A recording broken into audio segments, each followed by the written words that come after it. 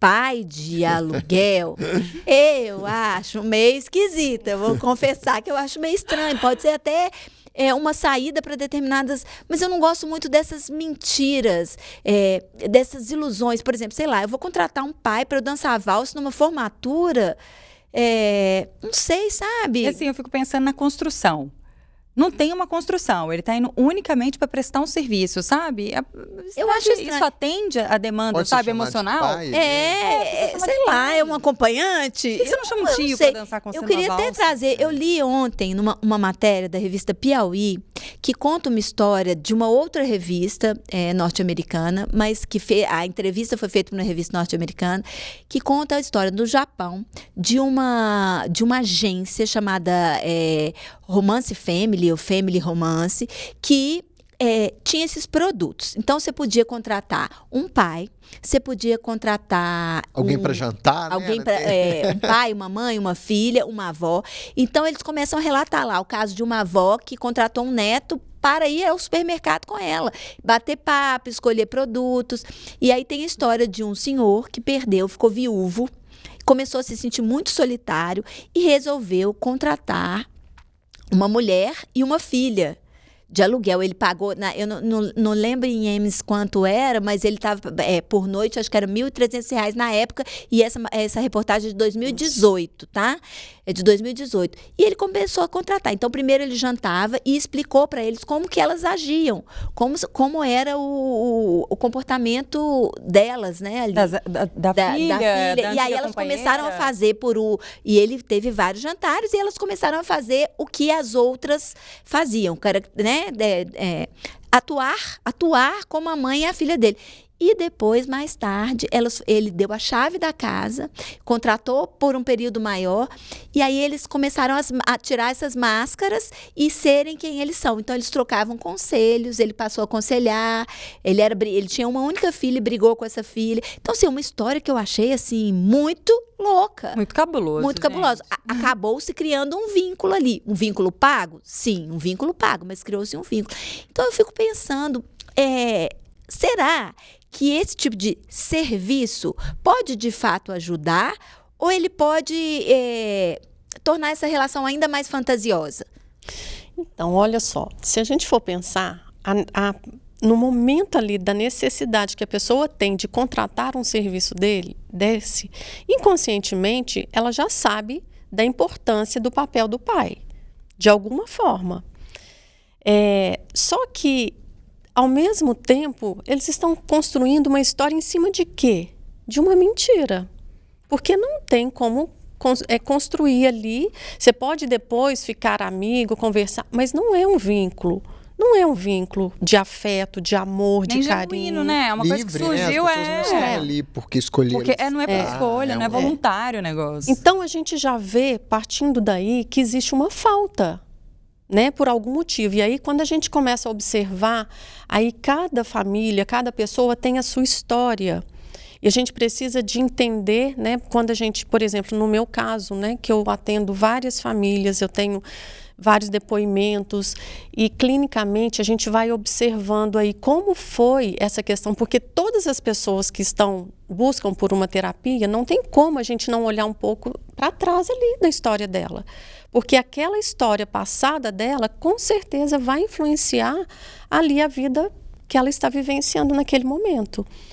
E é muito interessante que, às vezes, a gente vai observando que determinados problemas na fase adulta, às vezes teve pai e mãe, cresceu num ambiente, numa família, às vezes até com atenção, com carinho, mas a forma que a pessoa internalizou aquela atenção, muitas vezes não bate com a realidade que às vezes é relatada, mas que para ela foi daquela forma.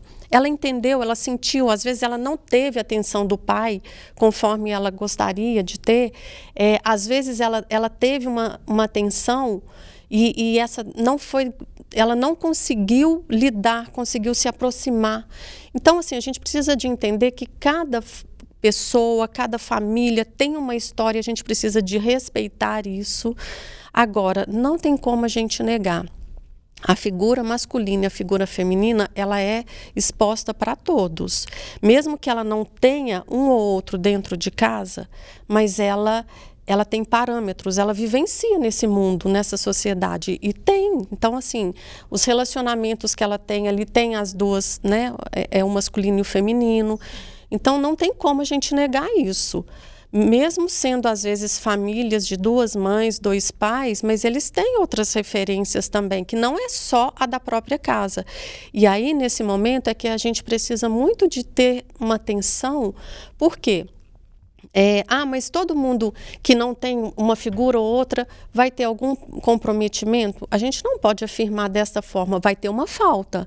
Agora, ela pode resolver isso. Como? Através de uma terapia, né? Através de buscando entender a história ali, né? A história familiar, quais as influências, como isso mudou a vida, né, o que isso trouxe para ela, porque sim, nós temos tendência a repetir padrões quando nós não elaboramos, quando nós não ressignificamos essa história.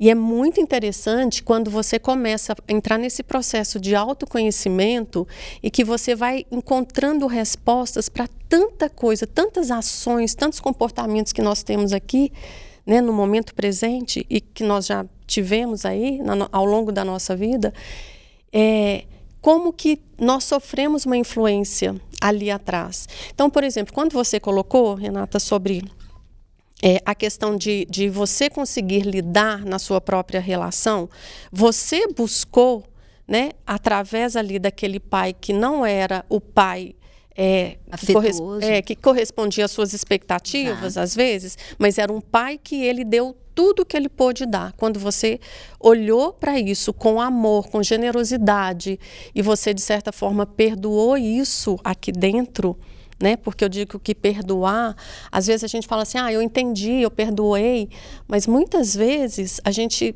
perdoa quase que da boca para fora. Na realidade, o processo é a gente perdoar de verdade, aqui, de dentro do coração. Quando a gente perdoa, a gente acolhe, né? E quando a gente perdoa, a vida passa a ficar mais leve. A gente olha tem um olhar diferente para as situações, sem julgamento, sem preconceito.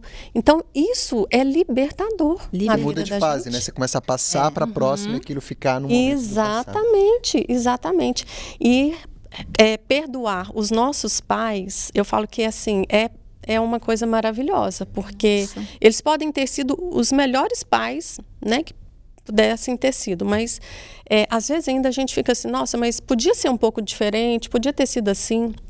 Mas quando a gente olha mesmo com um outro olhar para eles, é muito gostoso. Até com o olhar da época, né? O Nélio vai poder falar isso aqui, porque eu só vou introduzir esse assunto, é que eu acho que a gente viveu em sociedade tão patriarcal e esses resquícios estão aí ainda até hoje, né? Onde a mulher era do cuidar e responsável pelo que antes ainda séculos, né? Se você voltar mais ainda, a mulher era só para procriar. E depois, né? A gente foi aumentando a nossa participação em tudo, mas a mulher sempre foi essa responsável pelo cuidar e pela se qualquer coisa que acontecia errado com os filhos, a culpa era da mulher, porque a responsável sempre foi ela. E os pais eram as pessoas que davam ali a condição da mulher ter um filho. E eles queriam realmente não participar dessa criação dos filhos. Como se o homem que participasse dessa criação tivesse algum tipo de problema. Como se o homem... Não, isso é coisa de mulher. Isso não é papel do homem. O homem tem o papel financeiro ali, de zelar pela casa, progenitor, ele é o responsável financeiro, a mulher vai cuidar dos filhos.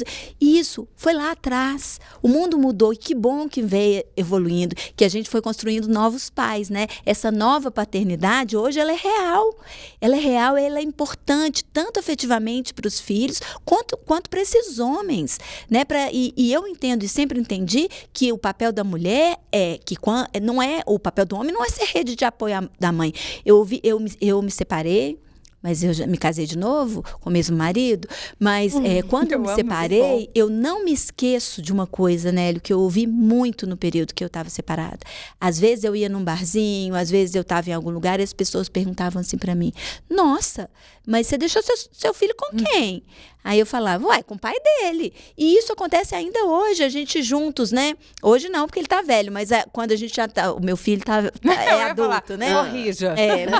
Meu filho é adulto.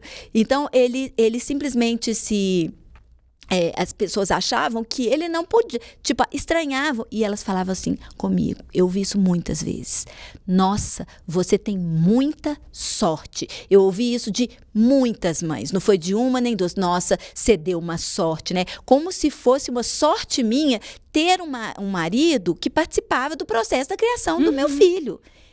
Que seria o normal. Que que seria é o esperado, absolutamente né? normal.